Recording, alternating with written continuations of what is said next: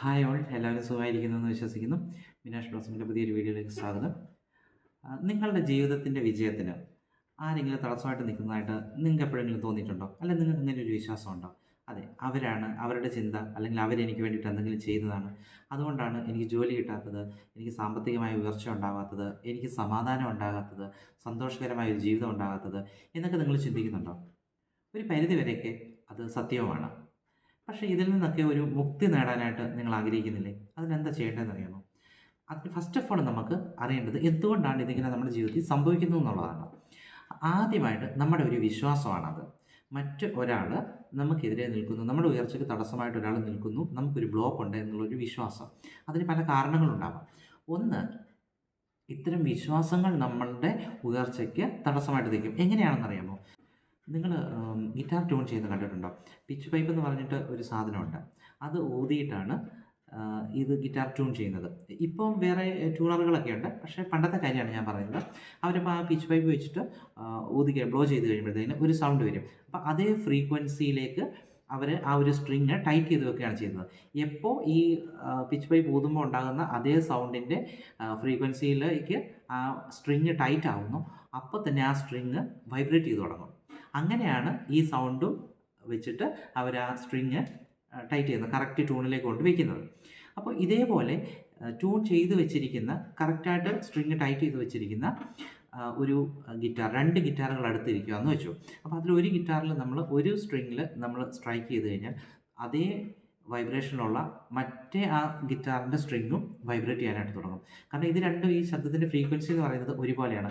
എന്ന് പറഞ്ഞതുപോലെയാണ് നമ്മൾ ഈ നെഗറ്റീവ് എനർജി നമ്മളിങ്ങനെ അട്രാക്റ്റ് ചെയ്യുന്നത്. ഒരു റേഡിയോ ട്യൂൺ ചെയ്ത് ഒരു സ്റ്റേഷനിൽ എടുക്കുന്നത് പോലെ, അതുപോലെ തന്നെ ഈ ഒരു ട്യൂൺ ചെയ്ത് വെച്ചിരിക്കുന്ന 2 ഗിറ്റാറുകൾ, ഒരു ഗിറ്റാർ സ്ട്രിങ് നമ്മൾ സ്ട്രൈക്ക് ചെയ്യുമ്പോൾ മറ്റൊരെണ്ണം വൈബ്രേറ്റ് ചെയ്യുന്നത് പോലെ, അതുപോലെയാണ് നമ്മൾ ഈ തോട്ട് വെച്ചിട്ട് നമ്മൾ നെഗറ്റീവായിട്ടുള്ള എനർജികൾ നമ്മളിങ്ങനെ അട്രാക്റ്റ് ചെയ്തുകൊണ്ടിരിക്കുന്നത്. അത് ഉണ്ടാവാൻ മറ്റൊരു കാരണമുണ്ട്. നമ്മളെ കൊണ്ട് മറ്റാർക്കെങ്കിലും ഒരു ദോഷം ഉണ്ടായിട്ടുണ്ടെങ്കിൽ തീർച്ചയായിട്ടും അല്ലെങ്കിൽ നമുക്കെതിരെ നമ്മളോട് ദേഷ്യമുള്ള അല്ലെങ്കിൽ അസൂയുള്ള ഒരാളുടെ പ്രസൻസ് അല്ലെങ്കിൽ അവരുടെ തോട്ട്. കാരണം ഇപ്പോൾ എക്സാമ്പിൾ പറയുകയാണെങ്കിൽ, ഞാനിപ്പോൾ ചിന്തിക്കുകയാണ് നിങ്ങൾ എൻ്റെ വളർച്ചയ്ക്ക് എതിരായി നിൽക്കുന്നു എന്ന് ഞാൻ ചിന്തിക്കുന്നു. അതേസമയം നിങ്ങളും ചിന്തിക്കുകയാണ്, അയ്യോ ഇവൻ രക്ഷപ്പെടരുതേ എന്ന് ചിന്തിക്കുകയാണെന്നുണ്ടെങ്കിൽ ഈ 2 തോട്ടിനും നല്ല പവറുണ്ട്.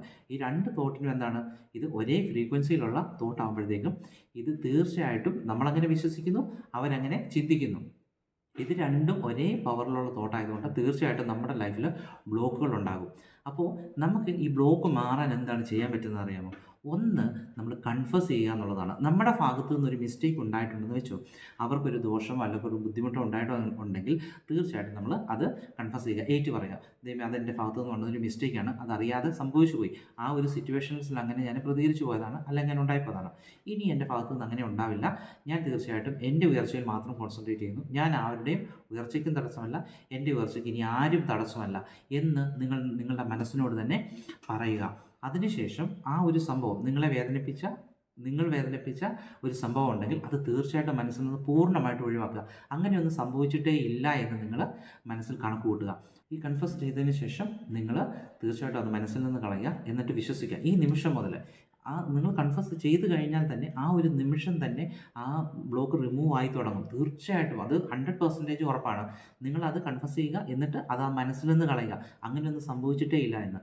ഇത് പൂർണ്ണമായിട്ട് നിങ്ങളുടെ മനസ്സിൽ നിന്ന് കളയാൻ സാധിക്കുന്ന ആ ഒരു സെക്കൻഡ് മുതൽ നിങ്ങളുടെ ബ്ലോക്ക് റിമൂവ് ആയി തുടങ്ങും. നിങ്ങൾക്ക് റിസൾട്ട് കണ്ടു തുടങ്ങും, ഒരു സംശയമില്ല, നിങ്ങൾക്ക് നോക്കാം.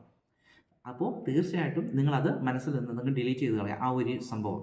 ഇങ്ങനെ ഒരാൾ നിങ്ങൾക്കെതിരെ നിൽക്കുന്നതായിട്ട്, അല്ലെങ്കിൽ നിങ്ങളുടെ ഭാഗത്തു നിന്നുണ്ടായ മിസ്റ്റേക്ക് അത് എന്തെങ്കിലും ഉണ്ടെങ്കിൽ അത് കൺഫസ് ചെയ്തതിന് ശേഷം അത് പൂർണ്ണമായിട്ടും അത് തീർന്നു, ഇനി അതില്ല, അതിൻ്റെ ഒരു ഫലങ്ങളും നിൽക്കുന്നില്ല.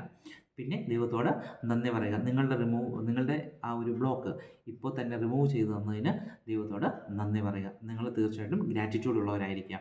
അതിനുശേഷം നിങ്ങൾ തീർച്ചയായിട്ടും നന്ദി പറയുക. ഈ നിമിഷം എൻ്റെ ബ്ലോക്കുകളെല്ലാം മാറിയതിന്, എൻ്റെ സമ്പത്തിന്മേലുള്ള, അല്ലെങ്കിൽ എൻ്റെ പണത്തിന്മേലുള്ള, അല്ലെങ്കിൽ എൻ്റെ വിദ്യാഭ്യാസത്തിന്മേലുള്ള, അല്ലെങ്കിൽ എൻ്റെ കരിയറിന്മേലുള്ള, എൻ്റെ സമാധാനപരമായ ജീവിതത്തിന്മേലുള്ള, അങ്ങനെയുള്ള എന്ത് ബ്ലോക്കുകളും ഈ നിമിഷം മുതൽ മാറിയിരിക്കുന്നു എന്ന് പൂർണ്ണമായിട്ടും മനസ്സിനോട് പറയാം. ആ ഒരു തോട്ടിൻ്റെ വൈബ്രേഷൻ, ഓക്കെ, അതിനെ ബ്രേക്ക് ചെയ്യാൻ ആർക്കും സാധിക്കത്തില്ല. അതിനുശേഷം പ്രത്യേകിച്ച് ഓർക്കുക, നമ്മുടെ മനസ്സിലുള്ള ആ ഗിൽറ്റി ഫീലിങ്ങുകളെല്ലാം കളയുക. എന്ത് ഫീലിംഗ് ആണോ നമ്മൾ ഗിൽറ്റി ഫീലിംഗ് ആയിട്ടുള്ളത്, അത് തീർച്ചയായിട്ടും നമ്മുടെ മനസ്സിൽ നിന്ന് ഡിലീറ്റ് ചെയ്ത് കളയുക. അതിനെക്കുറിച്ച് പിന്നീട് ഓർക്കുകയേ വേണ്ട, അത് തീർന്നു. ഓക്കെ. പിന്നെ ഒരു കാര്യം എന്ന് വെച്ച് പറഞ്ഞു കഴിഞ്ഞാൽ നമ്മൾ വീണ്ടും അയ്യോ അതിനെക്കുറിച്ച് പണ്ട് നടന്ന കാര്യത്തെക്കുറിച്ച് വീണ്ടും നമ്മൾ ഓർക്കാതിരിക്കുക. ഒരിക്കൽ ബ്ലോക്ക് മാറിക്കഴിഞ്ഞാൽ വീണ്ടും ഒരു പ്രാവശ്യം കൂടി നമ്മൾ അതേ ഒരു മിസ്റ്റേക്ക് ചെയ്യാതിരിക്കുക. ഗ്രാറ്റിറ്റ്യൂഡ് ഉള്ളവരായിട്ട് എല്ലാ ദിവസവും നിങ്ങൾ എഴുന്നേൽക്കുമ്പോൾ ദൈവത്തോട് നന്ദി പറയുക. എല്ലാ ദിവസവും നിങ്ങൾ നന്ദി പറയുക. താങ്ക് യു എനിക്ക് ലഭിച്ച എല്ലാ നന്മകൾക്കും. കാരണം നമുക്ക് ഒരുപാട് നന്മകളുണ്ടല്ലേ. നമ്മൾ എഴുന്നേൽക്കുന്നത് തന്നെ, തലേദിവസം കിടന്നിട്ട് രാവിലെ എഴുന്നേൽക്കുന്നത് തന്നെ നമുക്ക് കിട്ടുന്നൊരു ഗിഫ്റ്റാണ് അല്ലേ. എത്രയോ പേര് എഴുന്നേൽക്കാതെ പോകുന്നു.